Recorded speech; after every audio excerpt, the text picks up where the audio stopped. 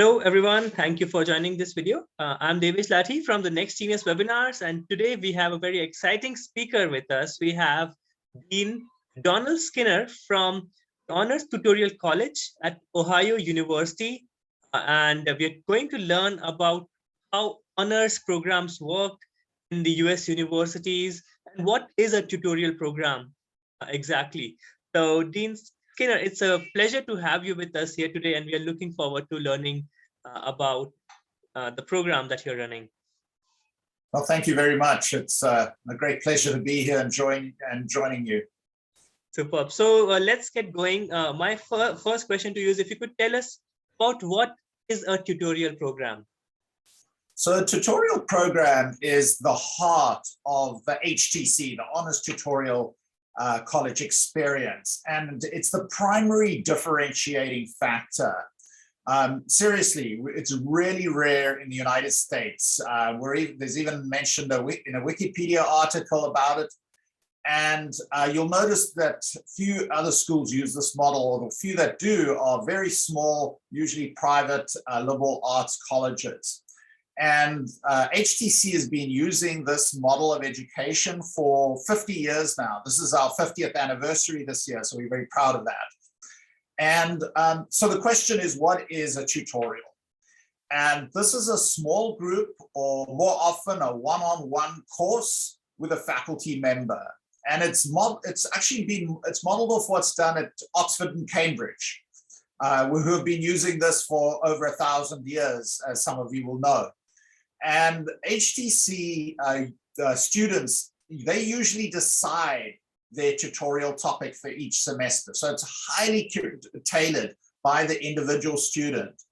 And the student gets to shape the curriculum, and then this will really define their college experience. So all tutorials are essentially conversations. It's kind of analogous to the sort of Socratic approach to education, with exchanges of thoughts, questions, and possibilities. They're not lectures.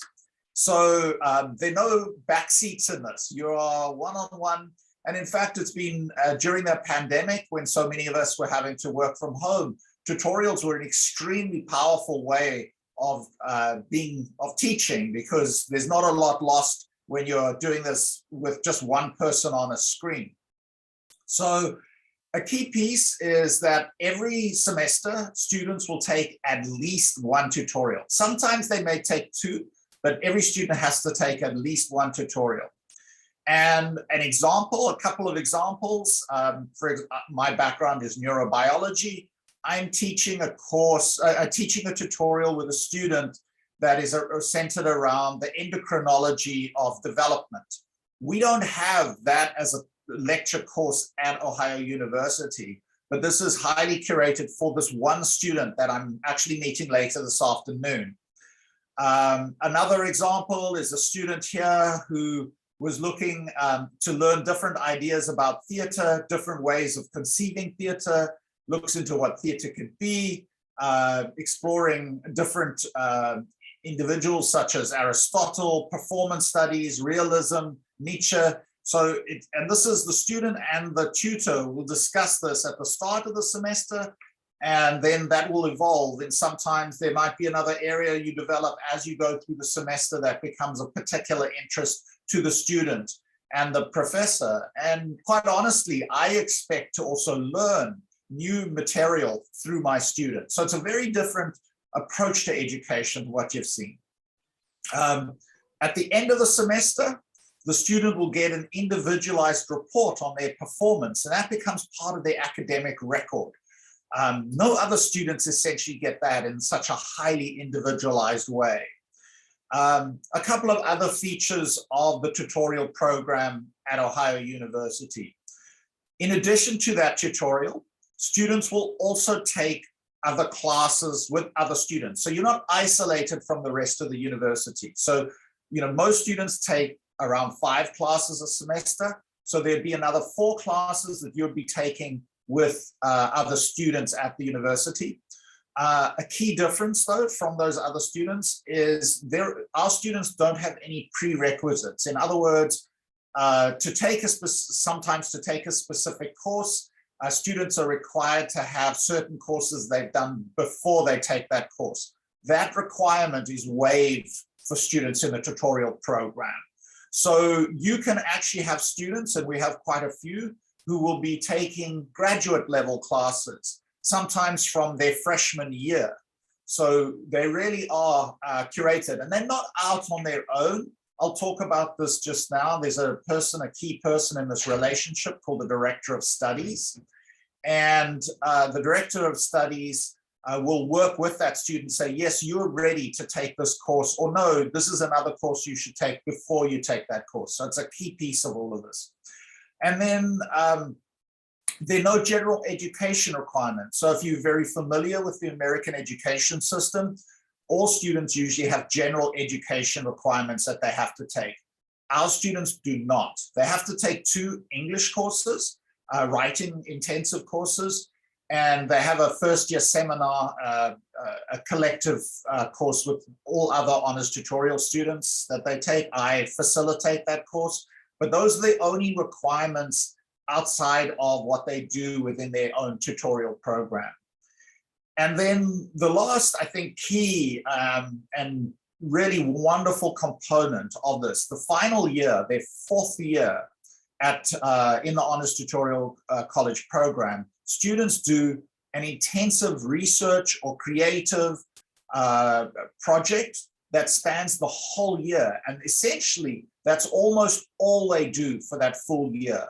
Many students publish this work. Some of this goes in, people have had books come out of this. Last year, we had a student who had published 4 articles, 4 scientifically reviewed articles that came out of their thesis. So the way to think of this is many people see this as the equivalent to a master's level research project. And it's a very, very powerful thing for students. You can imagine you're applying for a position or a job or a graduate program, and you've got this substantial piece of research or creative work under your belt before you even going into graduate school. And it really opens up doors for many of our students. I'll give you an example. We had a student a year ago who did her thesis was exploring the history of and best practices of climate change communication. This particular student went on to a PhD program at Harvard. Another student doing political science and intervention into Poulantzas' Marxist theory of state, the problem of racial capitalism in the United States, ethics and theater making in contemporary America. And as I mentioned, that student who also did like a whole thesis on carbon capture by algae. So, a huge range of disciplines and these individualized research projects that arise from this. Fantastic. This sounds very exciting for the students. I'm sure, this would attract students who know what they want to do, right? Yes. Because it's definitely rigorous. Doing that kind of work with professors, on a one-to-one basis, it's definitely very rigorous. So, yeah. But I find really exciting and fascinating. So let me move on to my next question. That is, if you could tell us about what are some of the current programs that students study in the HTC, or do we call it programs? Do we call it majors? What do we call it? Yeah, we call them programs in the college, and you're right. I think you can't come here with not a strong idea of the research program that you're interested in, the educational program. You can't be undecided in terms of this. And in fact, it would be a factor we would look at, because they're very small capacity programs. So the largest of these takes about 8 students every year. The smallest might only take 1 or 2. So it gives you an idea. So the programs, the full list of our programs is available on our website, but we go from anthropology, art history, astrophysics, biological sciences. This is a particularly larger program. We have an HTC program in business, We have chemistry, classics and world religions, communication studies. We also have one on communication sciences and disorders.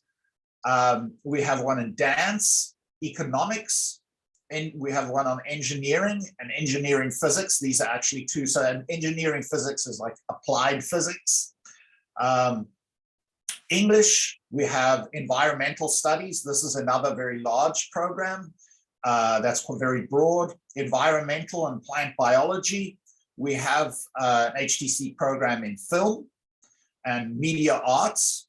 We have geography, geological sciences, history, journalism. Journalism's another larger program. In fact, we have an Indian student who's currently interviewing for that program.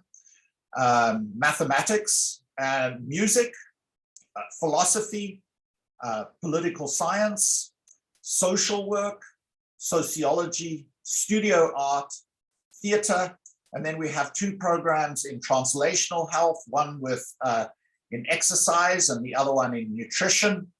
And then finally, we are also working on developing a couple of new programs that should come in online in the next year or so, one in sports management and the last one in public health.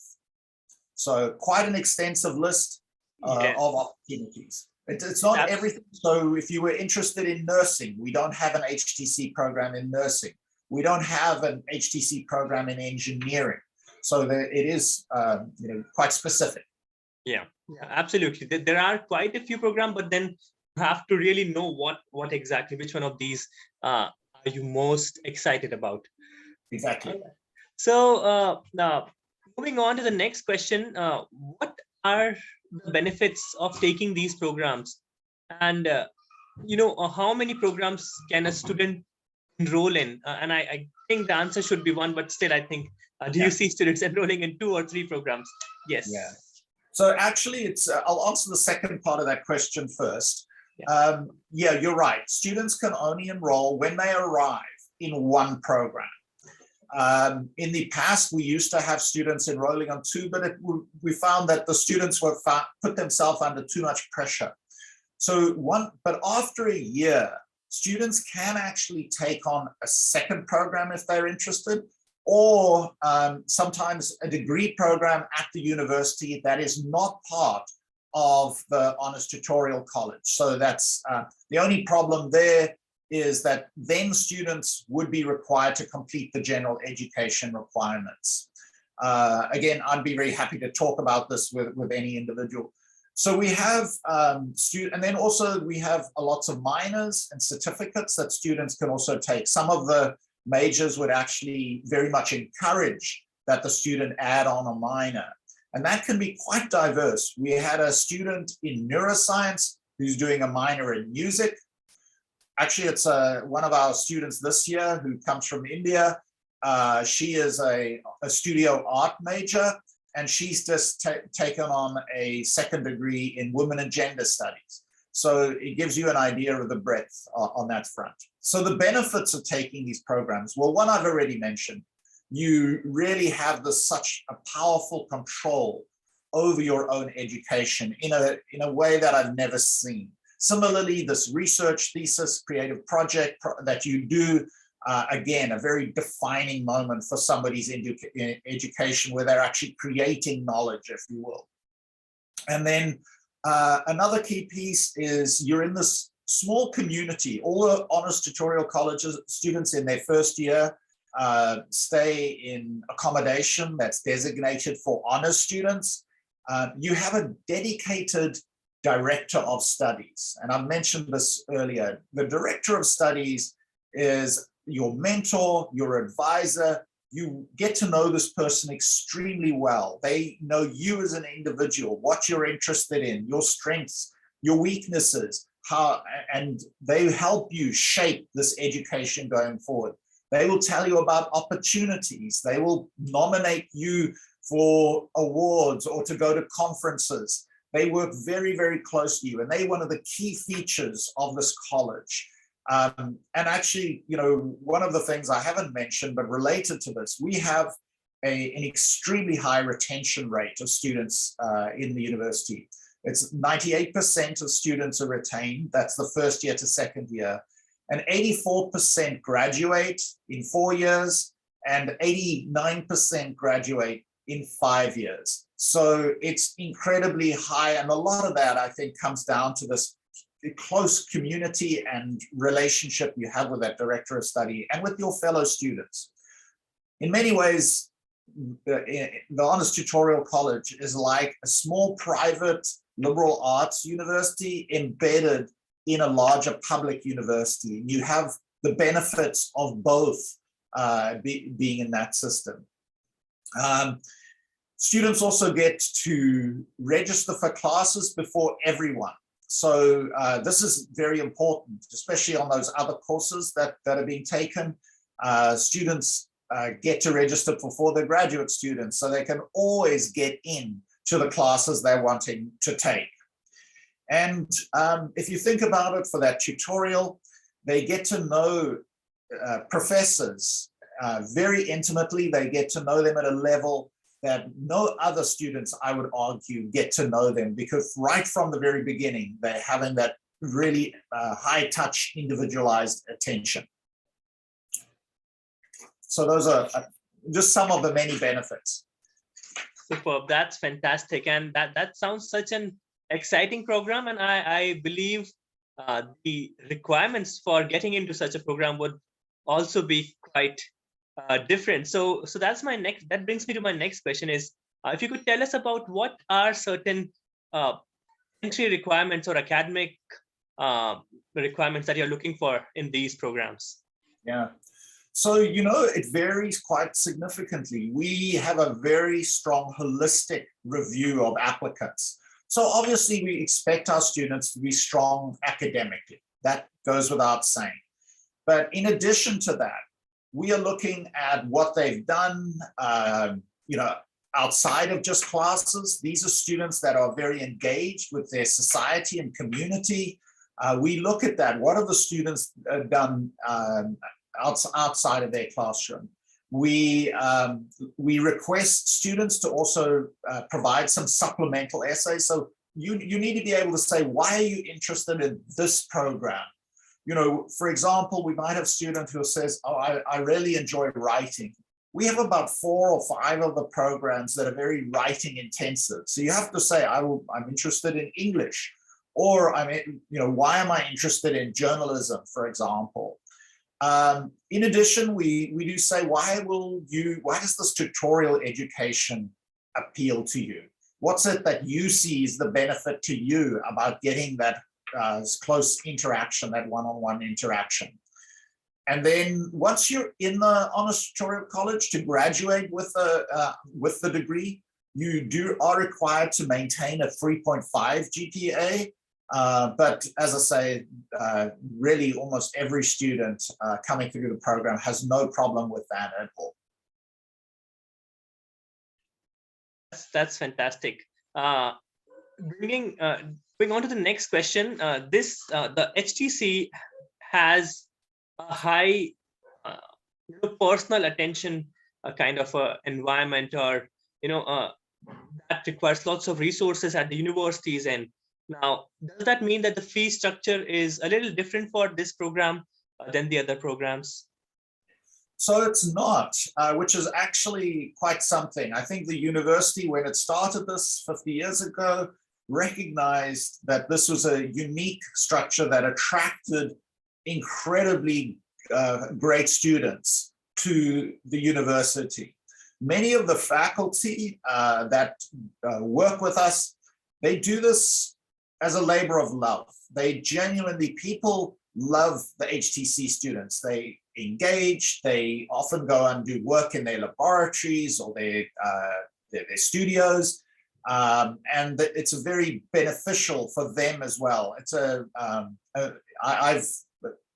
many of the people that I've talked to, the professors I've spoken to, say they consider the HTC students as on a similar standing to their master's students. So there's a really symbiotic relationship there. So there's no difference in the fee structure for students in HTC versus another student at the university. And yeah.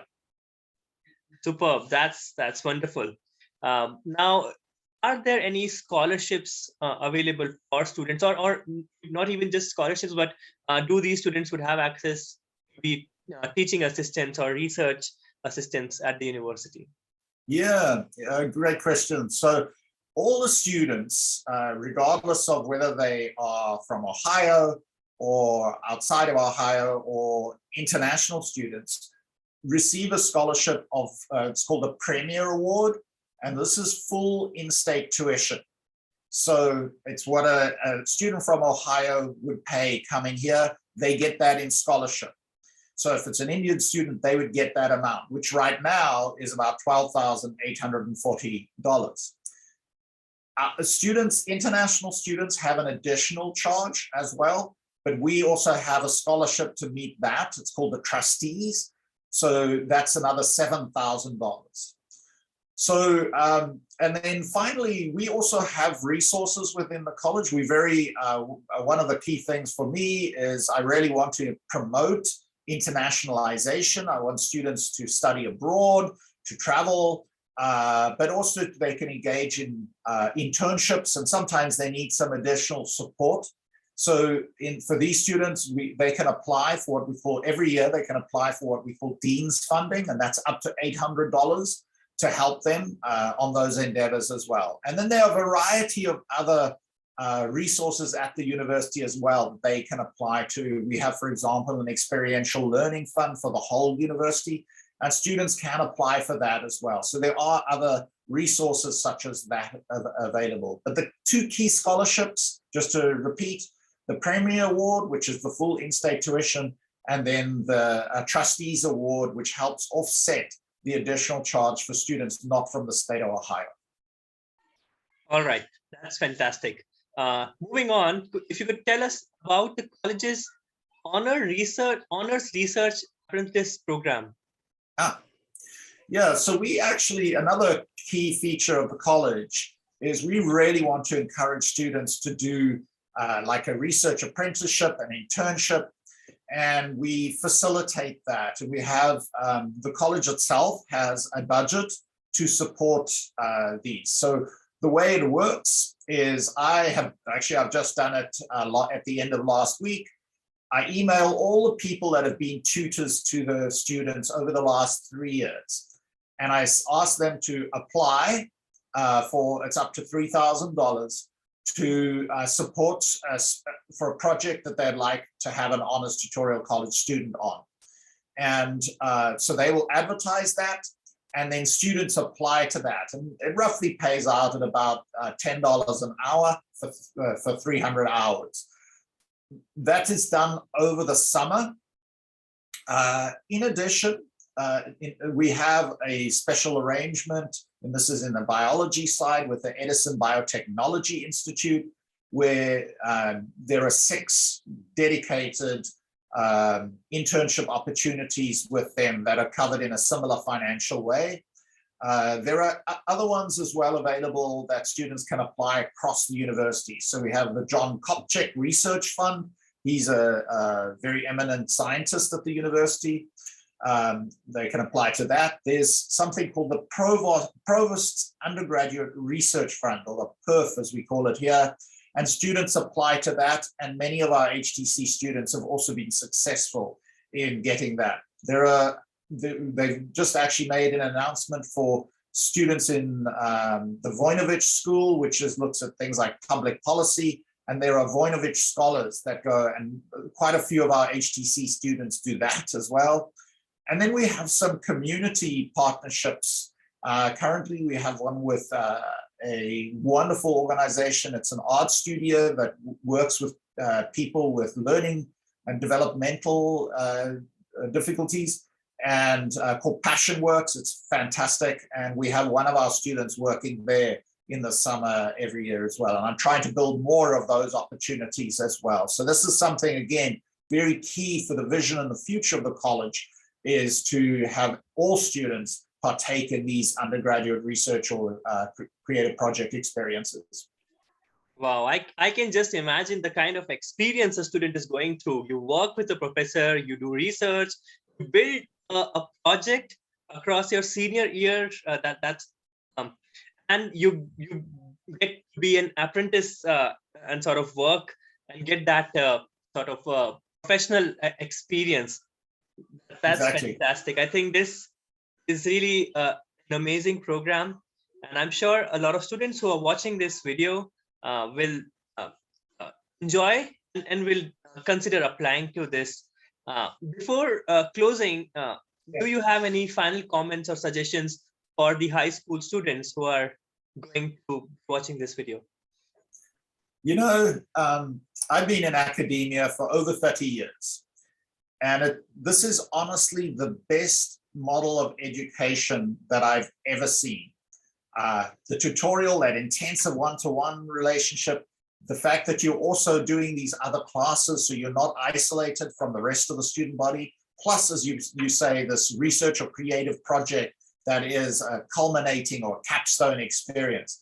It's fantastic. And I just say, you know, reach out to us. We are excited to have international students, and the students do extremely well because they have this highly personalized and strong community as well. So I really thoroughly encourage students to reach out and apply. Thank you so much, Dean Skinner. It was a pleasure having you with us here today. I thoroughly enjoyed learning about the tutorial program, the HTC, and truly, I mean, of course, I'm not as experienced as you, but I do have my own little years of experience learning about these programs, and this is truly something really amazing. And a lot of those students who are focused, who understand and who have certain vision for their education can benefit from a program like this. So with this, we are at the end of the video. Thank you, Dean Skinner. It was a pleasure having you with us today. Well, thank you. I really appreciate the opportunity. And, you know, if there are any follow-up questions, please reach out, because I'm very happy to engage and answer. Thank you so much. Thank you so much, Dean.